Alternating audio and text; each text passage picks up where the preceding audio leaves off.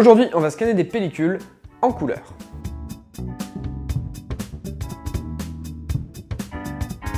Après avoir appris à placer correctement ces négatifs et à utiliser Epson Scan pour scanner des négatifs noir et blanc, je vous propose aujourd'hui de scanner des négatifs couleur. Comme pour la précédente vidéo, je vais utiliser le logiciel Epson Scan que j'ai déjà présenté dans la vidéo précédente justement, et je vous dis d'entrée de jeu que je ne vais pas repasser sur tous les réglages, ça sera ennuyant pour moi et ça sera ennuyant pour vous. Donc n'hésitez pas à aller voir la vidéo précédente pour vous habituer, vous familiariser un petit peu à l'utilisation de ce logiciel. Et ensuite, je vous montrerai quels réglages changent par rapport au scan de négatif noir et blanc. Et je vous montrerai également les ajustements que j'utilise. C'est parti! Nous revoici donc sur Epson Scan où cette fois-ci nous allons scanner des négatifs couleur. Alors pour ce faire, la première chose à faire au niveau des réglages qui changent par rapport au noir et blanc, ça va être de changer le type de film. Bien sûr, là vous n'allez pas être sur un film négatif monochrome, mais sur un film négatif couleur. Jusque-là, ça reste logique. Ensuite, le deuxième paramètre qu'il va falloir changer, c'est destination type d'image. Vous allez sélectionner 24 bits ou 48 bits couleur selon vos préférences. Personnellement, c'est un peu comme le noir et blanc, je cherche toujours à avoir un maximum de nuances, donc du coup je scanne en 48 bits. Ça reste à confirmer que les 24 bits sont moins bons, ou en tout cas vous verrez la différence à l'œil nu. Je pense qu'honnêtement il n'y a pas trop de différence, mais bon, moi je prends toujours 48 bits. Ça fait un peu plus d'espace, mais au moins j'ai plus de nuances. Après, pour tout le reste des paramètres, ça va être assez simple. Moi, je ne touche à rien, c'est-à-dire que je rajoute juste un peu de netteté, je fais pas de dépoussiérage, une correction du rétroéclairage, tout ça. Même la résolution, je la touche pas. Il y a vraiment que ces paramètres-là que je change. Et ensuite, comme pour le noir et blanc, j'appuie sur Aperçu. Une fois que les aperçus sont créés, on va directement cliquer sur notre première image pour l'ajuster. Alors, pour l'ajuster, ça veut dire concrètement, on va ajuster principalement les couleurs pour corriger éventuellement ce que notre scan aurait interprété qu'on ne voudrait pas, ou une mauvaise interprétation en tout cas du scan. Des fois il peut avoir des teintes sur notre image qu'on n'aime pas trop et qu'on voudrait corriger. Le but, en tout cas pour moi, étant d'avoir une image la plus neutre possible en termes de couleur. Je veux absolument éviter qu'il y ait des dominantes indésirables. Après, si par exemple on est sur un beau coucher de soleil par exemple, je sais que je vais avoir une dominante un peu plus jaune, celle-ci je vais avoir tendance à la garder, mais pour le coup là c'est pas trop le cas. J'ai une image qui est assez neutre, j'avais pas trop de dominante, peut-être légèrement jaune, mais en tout cas on va voir ce qu'on peut faire pour corriger cette image. Donc la première chose qu'on fait, c'est qu'on va dans ce petit onglet ajustement et on ouvre ajustement de l'histogramme. C'est l'outil que j'utilise exclusivement maintenant. Avant j'utilisais cet outil là, donc ajustement de l'image directement, où vous retrouvez les réglages de luminosité, de contraste, mais aussi surtout de saturation et tout ce qui est balance des couleurs. Le problème de ces réglages, enfin moi le défaut que je leur trouve, c'est que c'est des réglages qui sont sur la globalité de l'image. C'est-à-dire que effectivement si vous avez une teinte très verte sur votre image, bouger un petit peu vers le magenta, ça va permettre de le corriger. Le problème c'est que des fois on a des teintes qui se trouvent plus sur les zones ombrées plutôt que sur les zones claires, donc en fait ça va avoir tendance à corriger vos zones foncées, mais du coup dans vos zones un peu plus claires, ça va rajouter du magenta et du coup votre image sera encore déséquilibrée. Donc ces ajustements je les utilisais au départ, maintenant je ne les utilise plus au profit de ajustement de l'histogramme qui est un réglage que moi j'apprécie beaucoup. Donc la première chose que vous pouvez remarquer, c'est que forcément on se retrouve dans le même menu, donc on va pouvoir régler un petit peu nos niveaux en termes d'exposition. Alors là je sais bien que sur cette image, ces zones-là sont complètement cramées, donc ça ne sert à rien d'aller forcément les récupérer. Hop là, on va se mettre ici. Au niveau des ombres, on va dire que ici c'est un peu sombre, mais voilà, ça va, il y a encore un peu de détails. Là au niveau du bateau et ici au niveau du quai, c'est pas terrible non plus, mais on va quand même essayer de récupérer du détail, voilà, comme ceci. Et après dans les tons moyens, c'est correct, donc je ne touche plus à rien. Ensuite, la vraie puissance de cet outil, et surtout en couleur, réside dans le fait qu'on va pouvoir ici jouer canal par canal. Donc ici par exemple, si je prends le rouge, on va pouvoir modifier un petit peu les valeurs pour nos tons sombres, nos tons intermédiaires et nos tons clairs.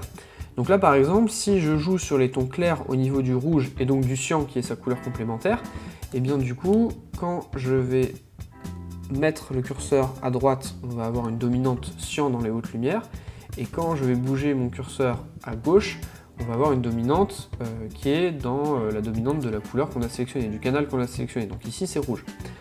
Là, le but du jeu, ça va être de neutraliser encore une fois. Donc là, on est beaucoup trop cyan dans le ciel. Là, on est trop rouge. Il faut essayer de trouver un juste milieu. On va peut-être mettre un tout petit peu plus rouge. Voilà, comme ça me convient bien. Ensuite, on va gérer les basses lumières. Donc là, les basses lumières, hop là, quand on va trop vers la gauche, on est sur quelque chose qui est beaucoup trop rouge, et quand on va sur la droite, on est sur quelque chose qui est beaucoup trop cyan. Donc du coup, on va chercher quelque chose un peu au milieu.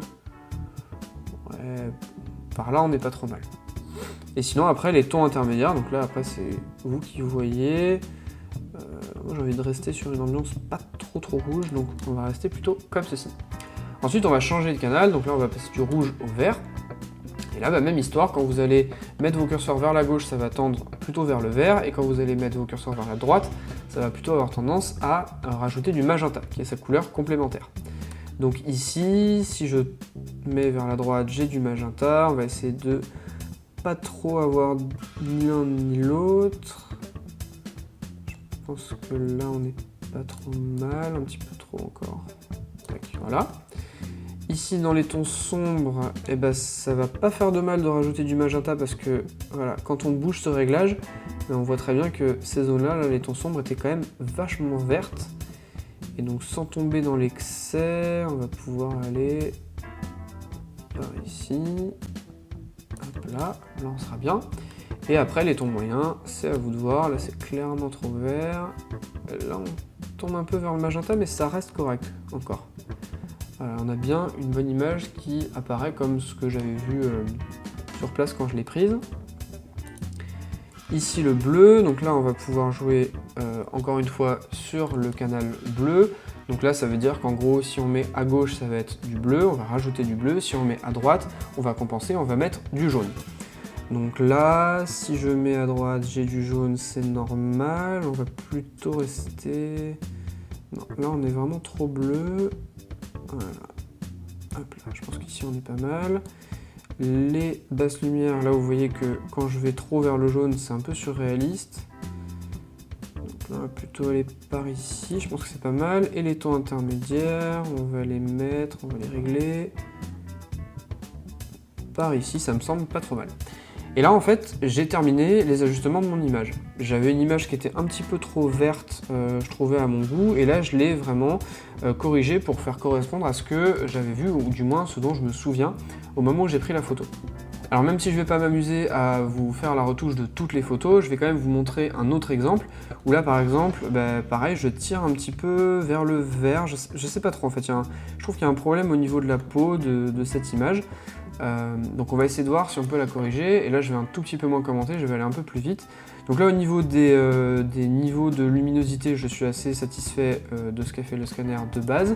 Ensuite je vais revenir sur les rouges, je vais voir un petit peu, je vais tester en fait, à chaque fois j'y vais de proche en proche comme ça, et puis je teste si en gros, là je vais pas un peu trop loin dans les réglages, là par exemple je vais clairement trop dans le rouge, là je vais clairement trop dans le cyan. Donc j'essaie de trouver à chaque fois une valeur qui soit à peu près juste. Là, ça me paraît pas mal. Ensuite, dans les basses lumières, non, on va pas trop exagérer. Je pense qu'on était pas mal comme ça. Les tons moyens, on n'a pas besoin de les changer. Peut-être on va regarder un peu ce que ça fait sur sa peau, notamment.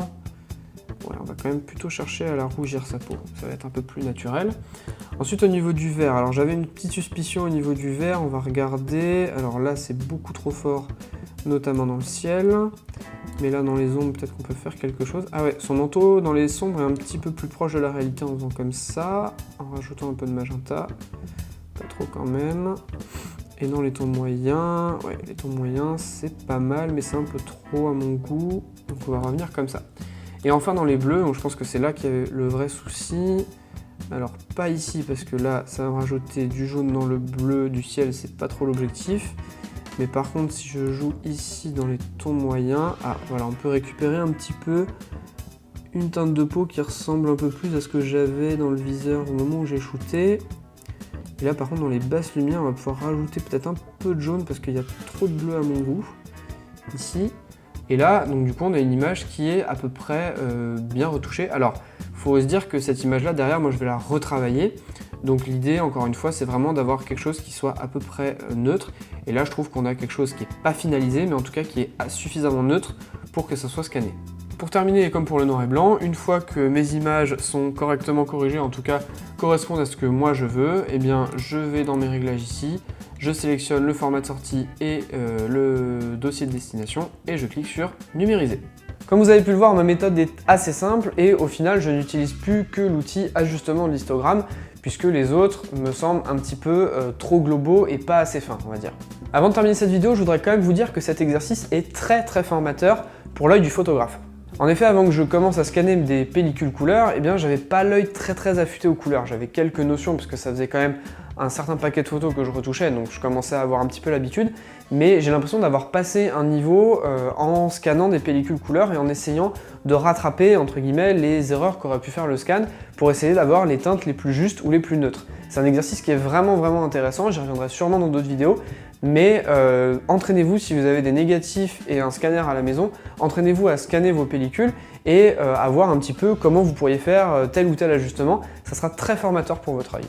Voilà, je ne fais pas plus long, je vous dis à la prochaine. N'hésitez surtout pas si vous avez des questions, des commentaires ou des remarques. Je ne suis pas un grand spécialiste de la couleur, mais j'ai appris quelques petits trucs que je vous partage aujourd'hui. Mais si jamais vous avez des informations en plus, n'hésitez pas à enrichir cette vidéo. Et en attendant, je vous dis à la prochaine. Salut!